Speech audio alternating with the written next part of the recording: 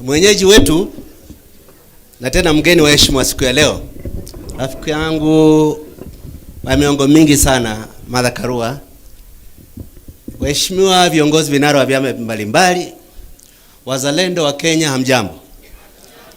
Mimi kwanza ni fahari yangu kusema wakati tunazindua mlongo mpya wa chama cha PLP, nilikuwa mwanzilishi party leader wa NAK Kenya.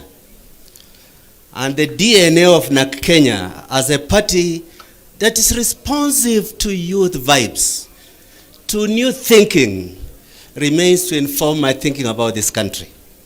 Sitasema mengi sana. Kihistoria, na mimi nilihusika na harakati za ukombozi wa pili. Every liberation movement reaches an inflection point when the decisions of leaders are critical in deciding whether it is going to collapse or it's going to succeed.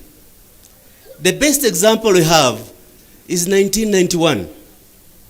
Kenyans were united in believing that Moi was to go home.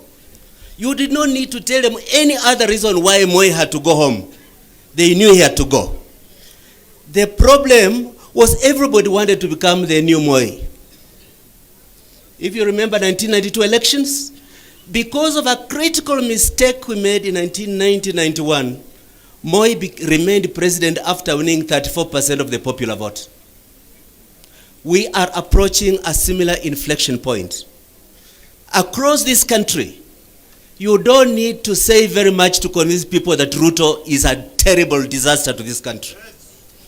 It doesn't take much intellectual effort to show that he's a bad hypocrite, that he's bringing shame to us by hosting Janjaweed, terrorists who are killing black people in Western Sudan because of pieces of gold.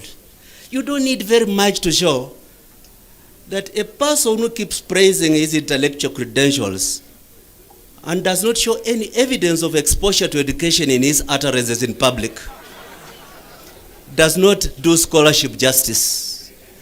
But you know, the problem for Kenya right now is how can we use this moment of the relaunch of PLP as an opportunity to get every one of us to say, I have partisan interests to grow my party.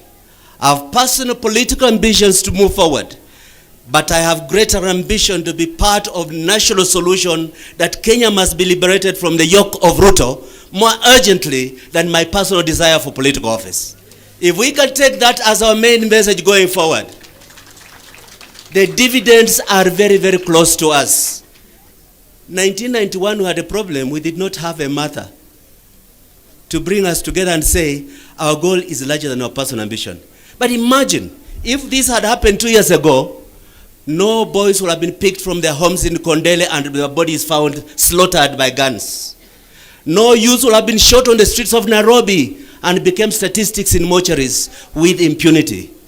Just so Rai will not have been abducted and be told, you withdraw this case or I'm going to kill you or expel you.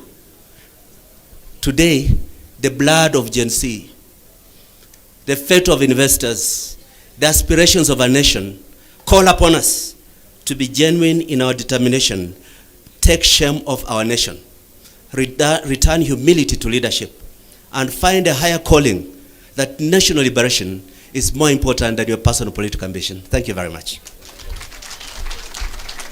Thank you very much, Honorable Dr. Mukhisa Kituyi.